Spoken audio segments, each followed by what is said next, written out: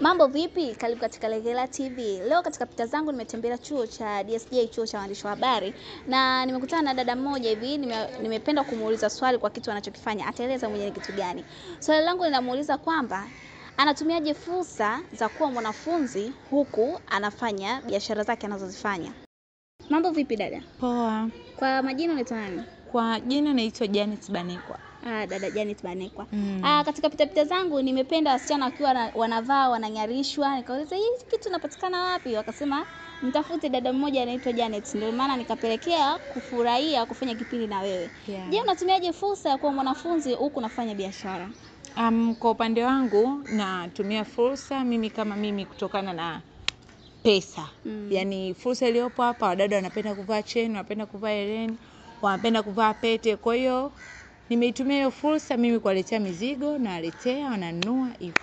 Kwa hiyo nimeweza kutumia kwa namna hiyo. Unafaidikaje kwenye hiyo fursa yako? Faida zipo, hasara zipo, lakini faida napata pale watu wanapolipa kwa wakati. Ndio. Ya, napolipa hela yangu kwa wakati mimi napata faida. Hivyo mambo mengine yanaendelea. Kuna shaurije wasichana ambao wapo chuoni afu hawatumii fursa za kuwa kama wewe? Swali zuri. Kwa upande wangu na washauri vijana wenzangu, wanachuo wenzangu, mliopo popote vyovyote vile, watumie fursa kwa namna moja au nyingine.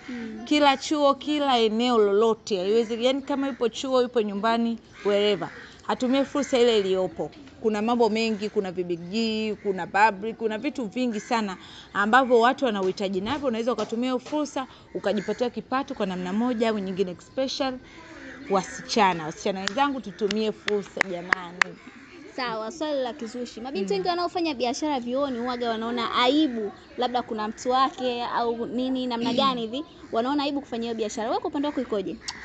Swali zuri sana ndugu mtangazaji. Hiyo kitu ilitokea napo kwangu. Sikuwa na aibu, lakini watu walikuwa wananizunguka hivyo. Kwa hiyo kwa namna moja au nyingine mimi nilivyoanza, mimi nilivyoanza, watu hivyo, huyu mdada naye, kwa sababu najiita brand yangu na Diva Machen.